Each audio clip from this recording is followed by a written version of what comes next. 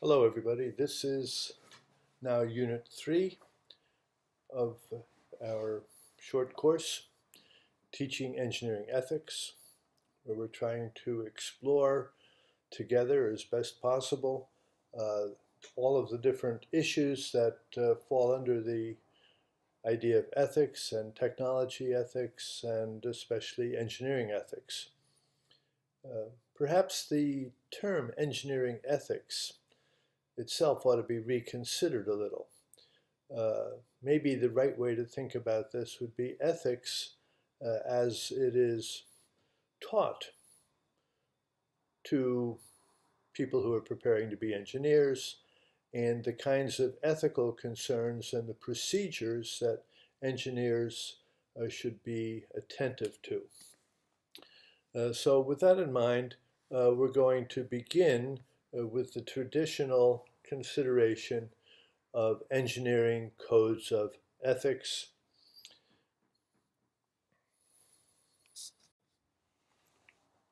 And we'll argue here that while they are very important and they cannot be ignored and everybody should pay attention to them, by themselves, they're not enough.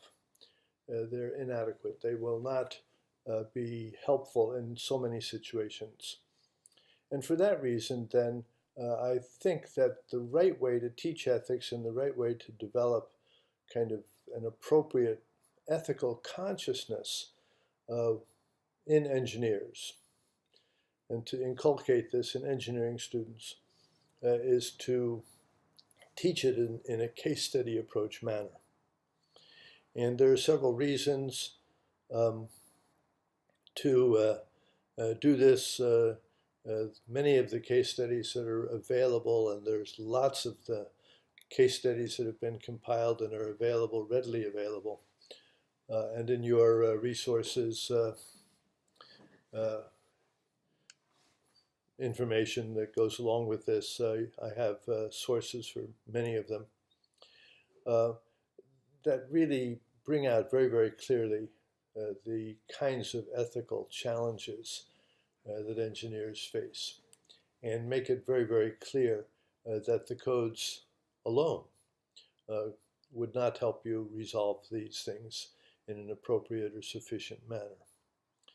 The second thing that is just generally educationally desirable, I think, about the case study approaches that the case studies often are, they certainly can be, multidisciplinary. Now, this means on a couple of levels. It means that, of course, you're bringing into the discussion topics which in a traditional university curriculum might have been left for other kinds of classes, economics or politics or sociology or something. And of course, philosophy, ethics classes. And these kinds of, in the narrow sense of the term, non-engineering issues are shown to be really actually central to engineering when one looks concretely at a case study. They're also multidisciplinary in the sense that they cut across the different engineering disciplines. And so very often in engineering curricula, students are kind of siloed into either mechanical or electrical or civil and don't have that much interaction with their peers in other engineering specialties. This, I think, is a pity because when they're actually out working in a engineering firm or for themselves even, or in any number of different kinds of responsibilities in companies, are going to be, needing to interact very effectively with engineers from the other specialties. So they're multidisciplinary on these two levels. And then, of course, they're ideally suited to teamwork. In the next presentation, in Unit 4, we'll talk a little bit about how this sort of team collaboration can be specifically applied to ethics in the use of design thinking for engineering ethics education. So having gone through these kinds of things, then we can kind of draw it together and talk a little bit about how to combine, respect for the codes with what I might call a creative problem-solving approach. Okay, so the codes are the essential starting point, and the engineering professional societies, all of them have offered up codes of ethics that are meant to guide the professional practice of an engineer in their specific discipline. And when you compare the different sets of codes with each other, you see a lot of similarity, of course. Here are the issues that we want to make sure that we're clear about, and consequently our students will be clear about. What really is a code of ethics, and how important is it to have a code of ethics? The answer there, I think, is fairly straightforward. Of course, it is extremely important. It's the starting place, it's the baseline, it's the sine qua non. Without it, you're kind of freelancing too much. So it keeps us focused around certain core issues so that they're never forgotten. And that's really what the code is. It's a kind of compilation of core issues that needs to be always before us. Trouble with codes, the objections to codes, the primary one is that they are codes. That is to say, they try to very clearly state in a law-like fashion what is acceptable and what's not acceptable. They're binary. They have either or kind of thing. You must do this, you must never do that. And as we'll see, and as we've indicated already, the nature of the kinds of problems that technology, and especially some of the emerging technologies, generate, the kinds of issues that they generate cannot be looked at in this simple binary fashion. Can codes and professional societies protect employees? Well, yeah, of course, that's one of their important functions. The code that you have as mechanical engineers gives a kind of minimal set of professional standards which your employer or client should not ask you to violate at all. And if there's a conflict with, say, you and your employer, and you are acting according to the guidelines expressed in your professional code of ethics, you have a degree of protection. So with that, let's move ahead and look at an example of a general code. This is from the National Professional Engineers Association, and this one means to be kind of generic, although it's very, very similar to most of the codes, at least all of the codes that I've looked at. All right, so it narrows the range of applicability. It says that these codes apply to engineers in the fulfillment of their professional duties. So they are not trying to extend their domain to tell you as an engineer how you should live your life. This is meant to be guidelines for you when you are executing your professional duties. Now, let's say we had a priestly code of conduct as an alternative, let's say. That might be different. That would, of course, specify certain things that the priest does in the fulfillment of the specific duties of being a priest. But it also admonishes a priest to live his entire life, all aspects of it, according to certain ethical principles and standards. So you can see that professional codes operate under what might be actually just a useful fiction of saying that your professional life can be, in a meaningful way, in an operative way, segregated from other aspects of your life. But in any event, the code is meant to tell you how to behave in the fulfillment of your professional duties, and not to tell you how to live your private life. Now, it says that engineers shall. So this is a positive kind of thing. It's affirmative. It's saying this is what you should do, or what you must do, or what should be at the heart of the best practices of your professional work. So then here in this example, there are the 6 principles: hold paramount the safety, health, and welfare of the public. This is really at the core of engineering per se.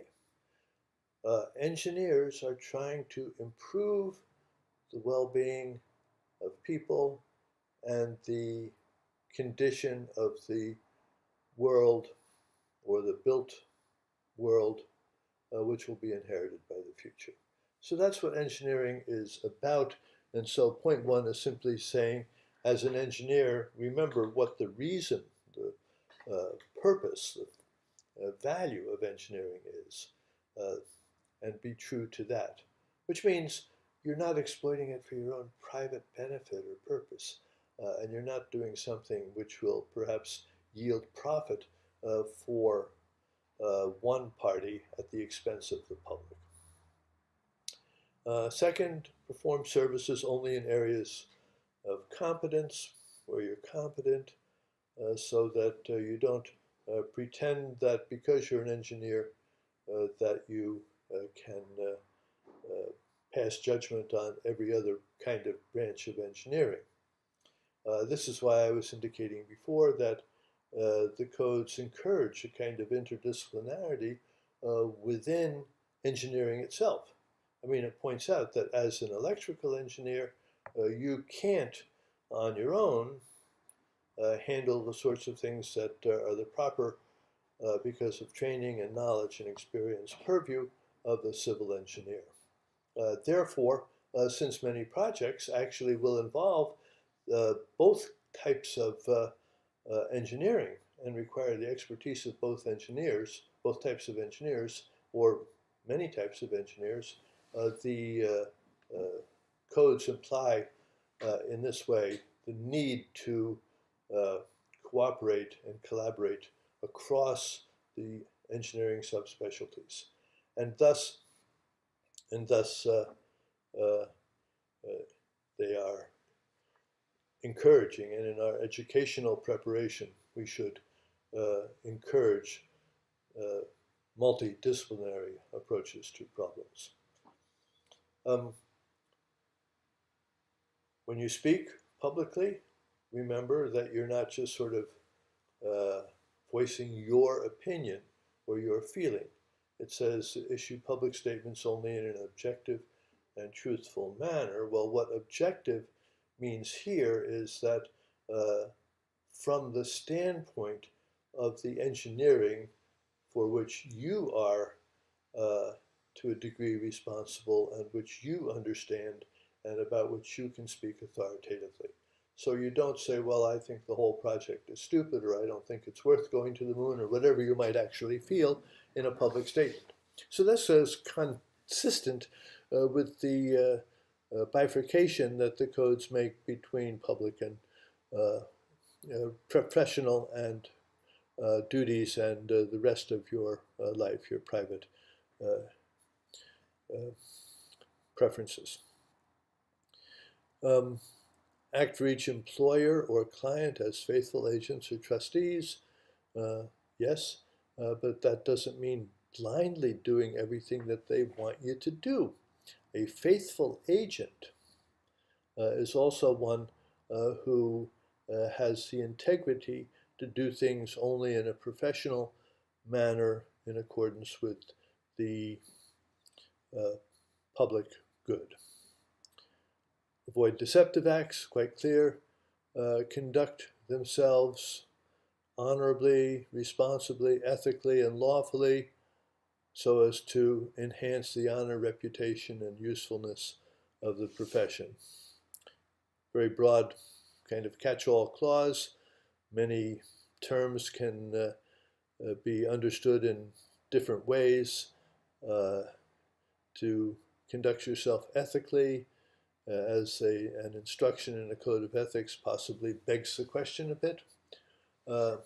So statement 6 there, I think, as much as anything, should be understood as an acknowledgement of the inherent limitations of codes.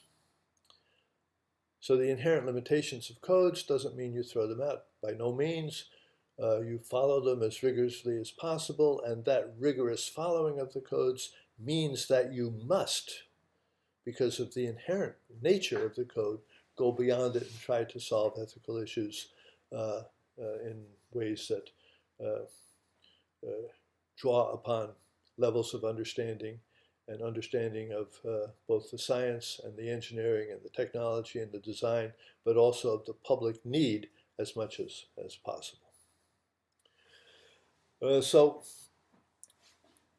the three factors that I've been touching on as to why codes are inadequate are that law-like rules simply make it impossible in some cases to know what to do. You may find that a reading of the law draws you into a conflict where one principle of law says go this way, the other principle of law goes that way. Two, for ethical actions to be meaningful, they have to have the respect of the public. If something is perfectly right, let's say, but doesn't look so, then it has a problem. So not only do things need to be right, but they also have to look right. So this means transparency, openness. This means dialogue with the stakeholders or the constituents or the public or the parties to the contract, all relevant persons and agencies. And then thirdly is the rapid advance of technology and new technologies which are sort of creating possibilities to do things that are not addressed in the codes because the codes never imagined them. This is true with any kind of document. If one considers,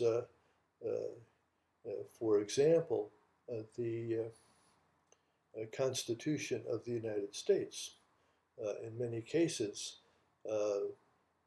situations emerge, and the question is, how would the general broad principle of the Constitution handle this? And in the case of emerging technology, some of the things that are possible because of the new technology are even, beyond the imagination of the formulators of the codes. And so the engineer needs to be able to make reasonable and consensual interpretations in order to do her best to perform the professional duties of an engineer as properly and as ethically as possible, keeping in mind the well-being of the public and the well-being of the built environment. So engineers, in a way, need to be wise men or wise persons. Aristotle described such a person as a phronimos. And so engineers really must be like that. And here I have a picture of Solomon. The wisdom of Solomon is an idea which points out that ordinary laws or rules or codes or guidelines are often inadequate, and it's a wise person who is able to make a fair and just and ethical adjudication. Well, that's what engineers are often called upon to do, to be like Simon, to be a person of practical wisdom, Aristotle's term, phronimos.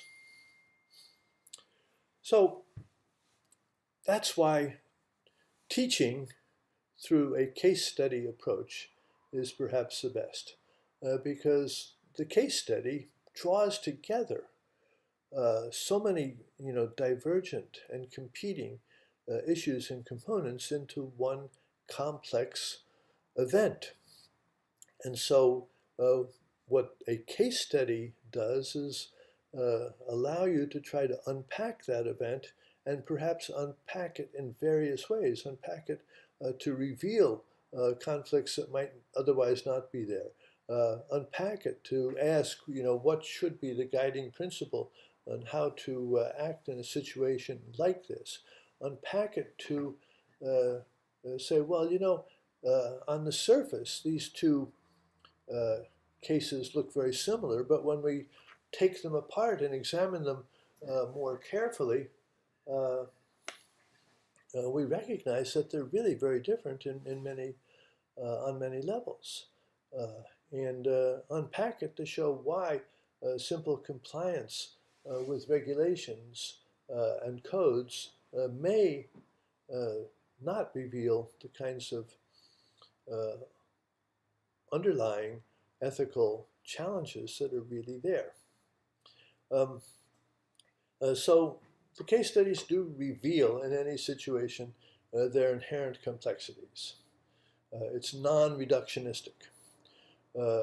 Secondly, case studies indicate why you need to be able to have effective collaboration in order to effectively integrate different disciplinary perspectives and methods. And then just on a pedagogical level, we see that case studies can be taught, without demanding overhaul of the whole curriculum, because it's well suited for modular approaches, for problem-based learning approaches, for team teaching approaches, and of course even for individual study. So the case study approach, in my opinion, is clearly the best way to teach ethics in the context of engineering. Now, of course, saying this, it doesn't mean that you just say to the student, here's the case, write up what you think. A lot of guidance needs to be given, and a lot of questions need to be introduced, and a lot of probing and a lot of challenging needs to go on.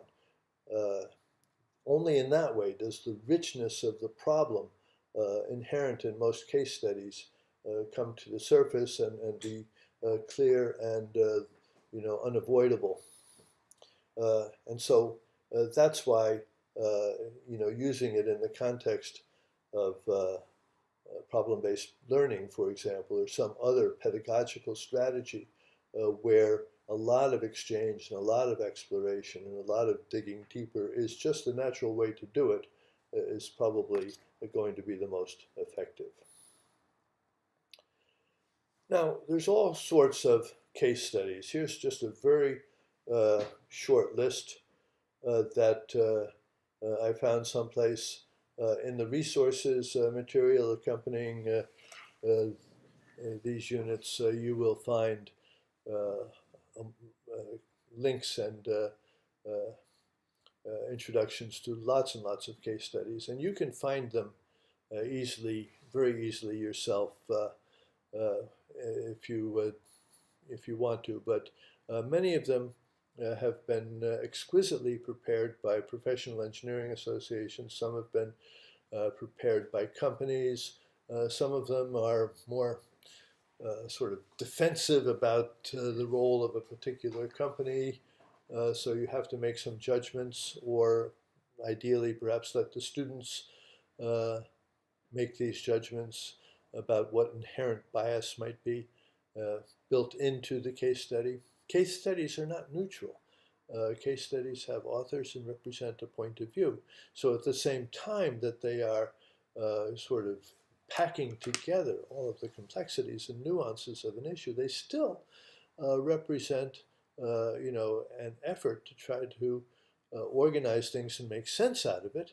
And that effort to organize and make sense out of something inevitably reveals a specific perspective and in some cases even a bias. Anyway, you can see that there's a wide variety of them.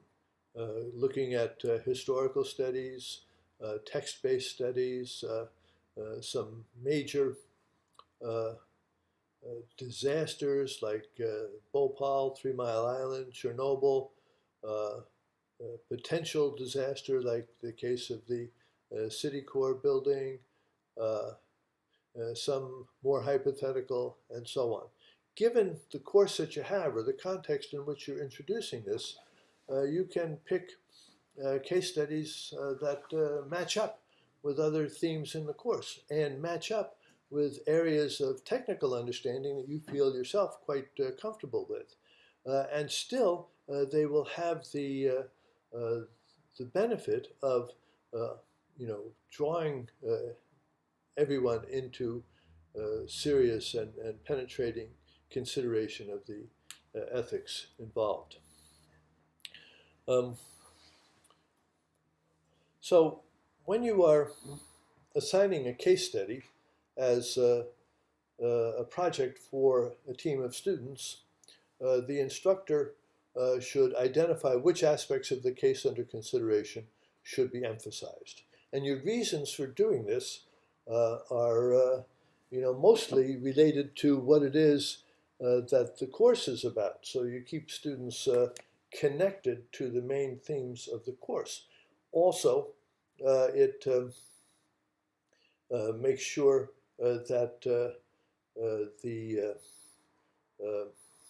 approach is not going to simply miss something. In other words, there may be an important issue that the casual reader of the case might not pick up on, and you can point and should point that in advance to the student, saying, make sure that you pay attention to this problem. When I was saying that each case study tends to be written from a particular perspective, even in some cases a bias, but at any rate represents an approach, a way of solving things that inevitably overlooks some other approaches and so on. And so therefore, a superficial reading of a case could lead the student simply to kind of buy into the implied solution that is in the minds of the authors of the case study. You should resist that, and so I suggest that when you identify which aspects of the case under consideration should be emphasized, that includes some things that might easily be overlooked by students. Then you can, because of the complexity and the diversity, and this would be especially true for multidisciplinary case studies, what you should do is have different team members prepare analyses of different aspects from the point of view of their expertise or their specialization. Now maybe they're all going to be mechanical engineers, and so you need to say, for this case, your expertise would be A, team member B, your expertise slightly different, so that they do put themselves in a mindset to look at things differently.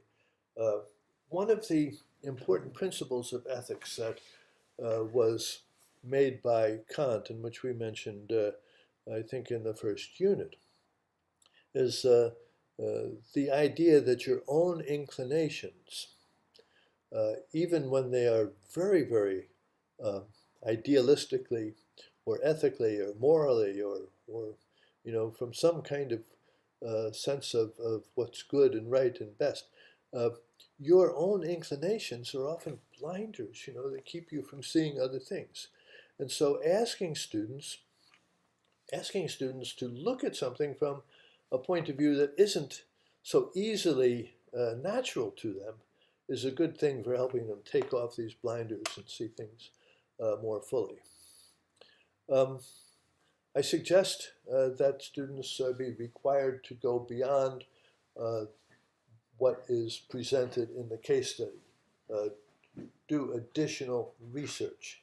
Look into it in order to discover if there are facts that maybe in the preparation of the case study were overlooked. Sometimes things come to light later after a case study is done. Sometimes case studies are prepared for judicial proceedings or to support a certain judicial desired judicial outcome, in which case it's very likely that there's going to be more factual material that might be relevant, and students should check that out.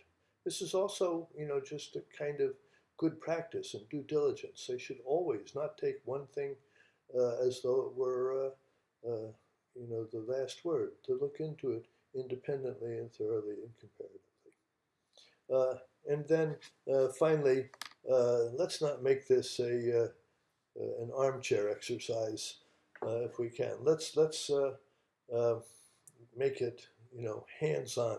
Maybe reenacting some things. Maybe building some models or trying some situations, or at least going out and doing some field work and taking a look. Whatever is appropriate given the subject matter of the case. Let's make it hands-on.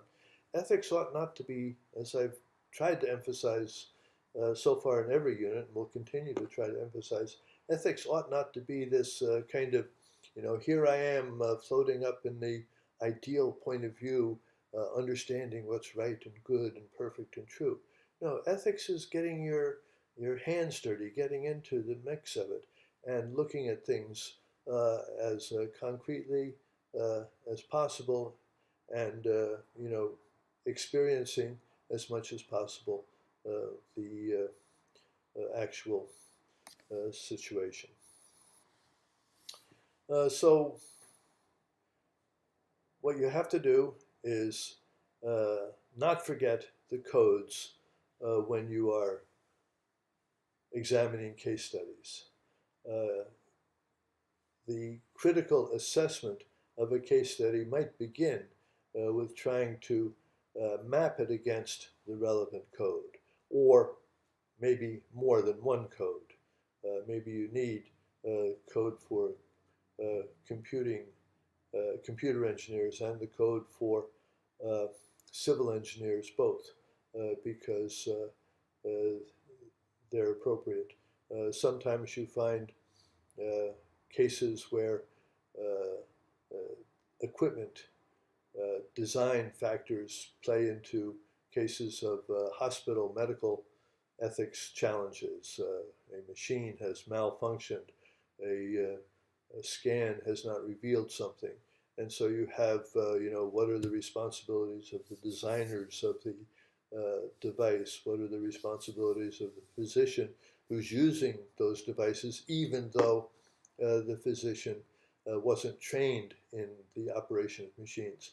And so you have a couple of different codes, one based in the principles of engineering designing, one based in the principles of physicians' one-to-one practice with a patient or someone in need of health care. And so mapping the codes against the case studies and the facts of the case study is important. And we must never forget the codes, even though in the end we may say, the code wasn't able to help us out much here. But you don't say that without checking.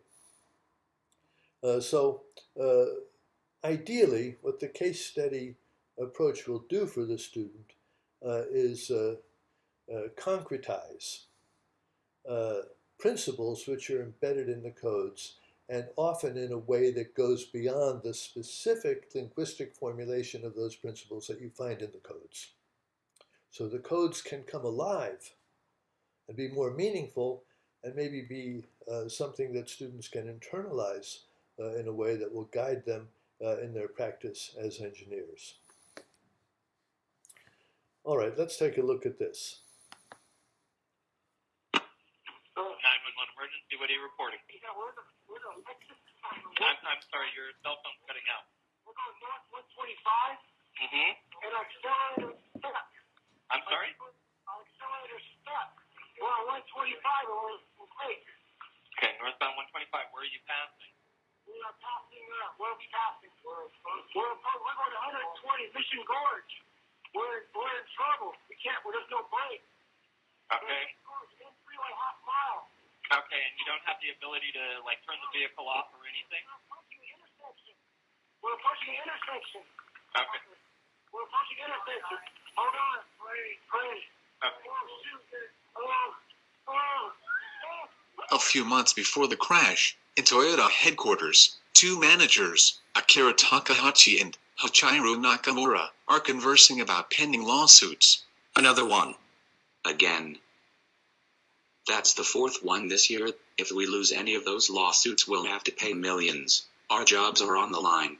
Those greedy people are suing us for millions, even though the real damages were just tiny accidents. We're not going to pay a dime. I have a way out of this. Tell the factory to manufacture a couple of models where the floor mats cause this acceleration issue, and we will present this as the actual issue behind the accidents. Great thinking. That way we can blame the people for getting their flare mats stuck. We can even recall a few models just for show, and we still would be saving billions on lawsuits. Diane, good evening to you.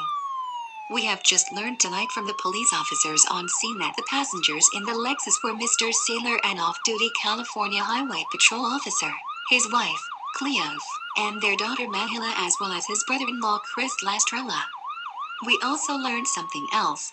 Seconds before their car burst into flames, Mr. Lastrella was on the phone with a 911 operator where he told him that the car accelerator was stuck. Now this won't be the first time a vehicle made by the Japanese automaker Toyota Motor Corporation is said to have a stuck accelerator. In fact, thousands of Toyota-made cars have been driven into trees on straight roads, or plunged into rivers and off cliffs, resulting with people getting hurt or killed.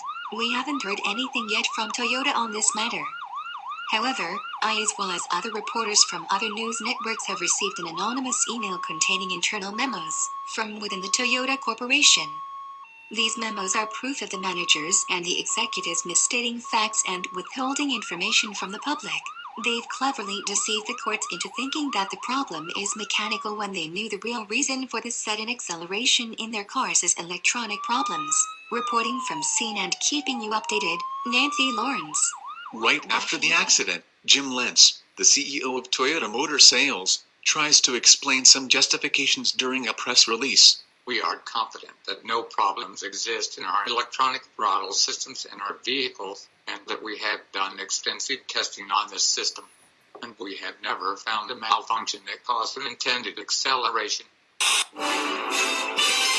This is CNN Breaking News.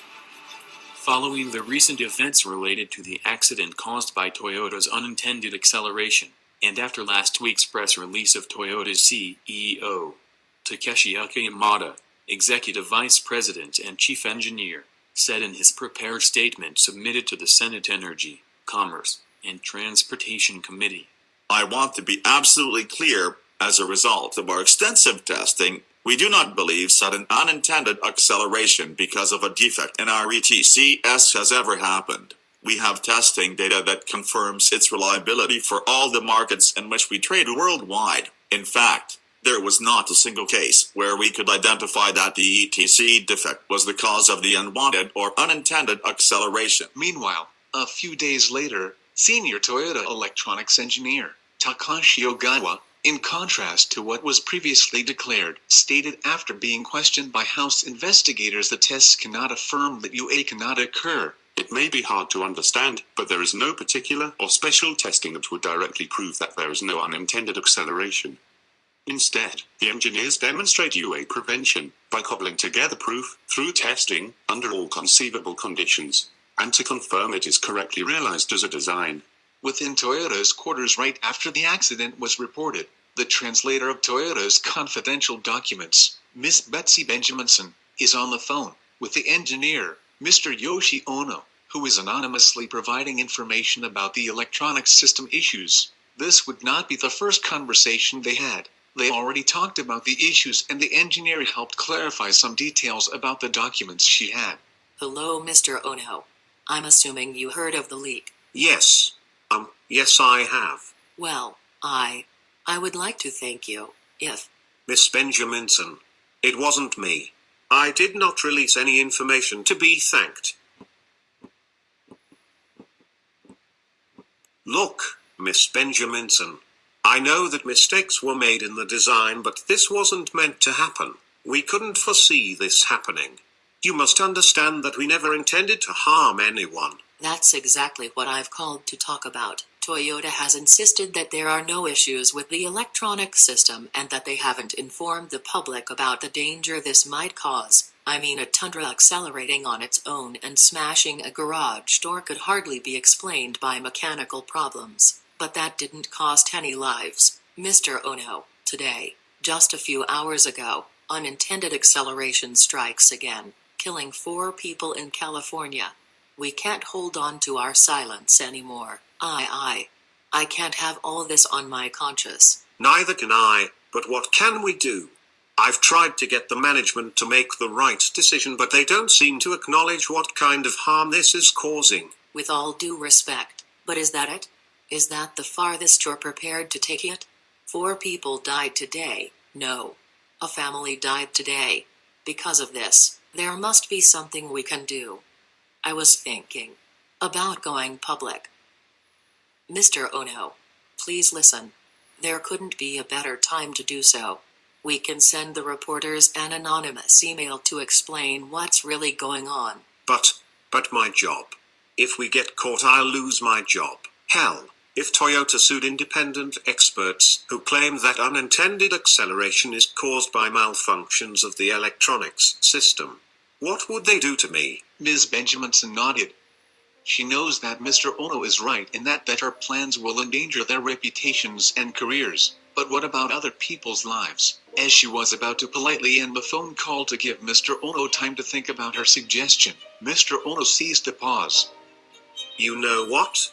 You're right. I can't have this on my conscience either. I'll send the email. Anonymously, of course. That's very brave of you, Mr. Ono. You're doing the right thing. You're not in this alone. I'm also going public so that Toyota wouldn't just be looking at a whistleblower from the inside. I'm going to send the documents I have to every reporter, court judge involved in this. We should put in mind that even if Toyota will oppose to any accusation, we should persevere to achieve our goal since the moment we discovered the truth. Revealing it to the public became our duty. Well, Miss Benjaminson, I hope this will force them into fixing the problem. I do too, Mr. Ono. I do too. I guess this is it. I'll call you in the upcoming days. Bye.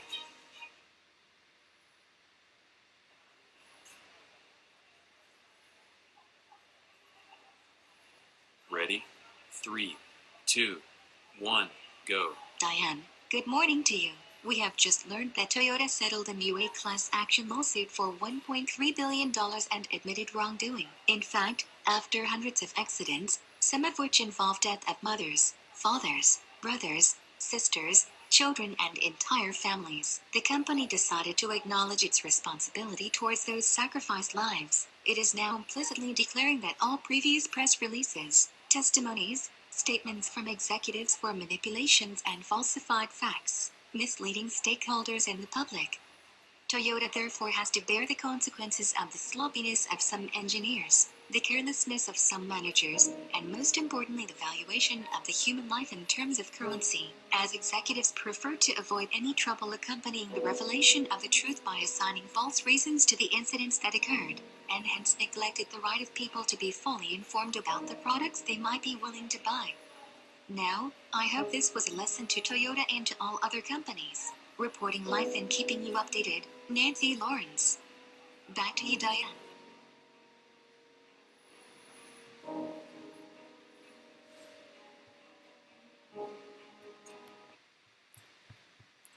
Well, now this case study, I think, illustrates many of the points I was trying to make as we were talking.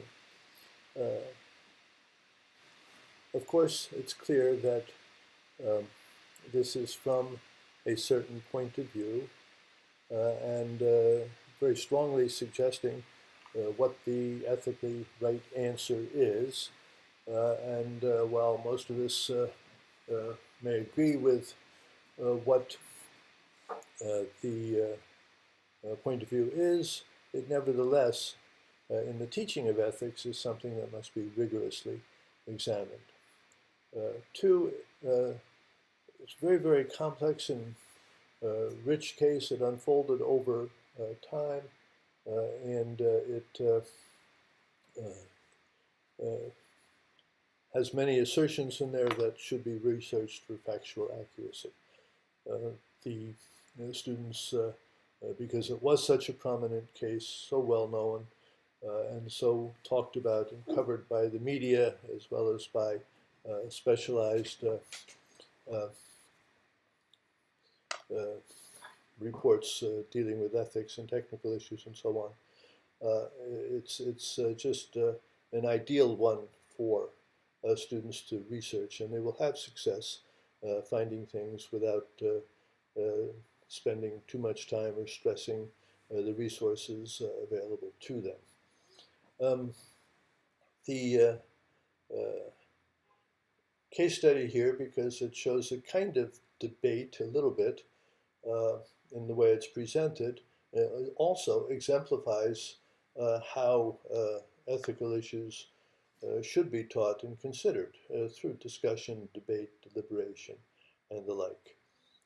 So, as an exercise, I suggest that what you all do is try to respond to this case study as I suggested you should have your students respond to case studies and see what you come up to. So you can use that case study, or you could choose a case study on your own for a course that you regularly teach. Indicate why it's a good case study in your case.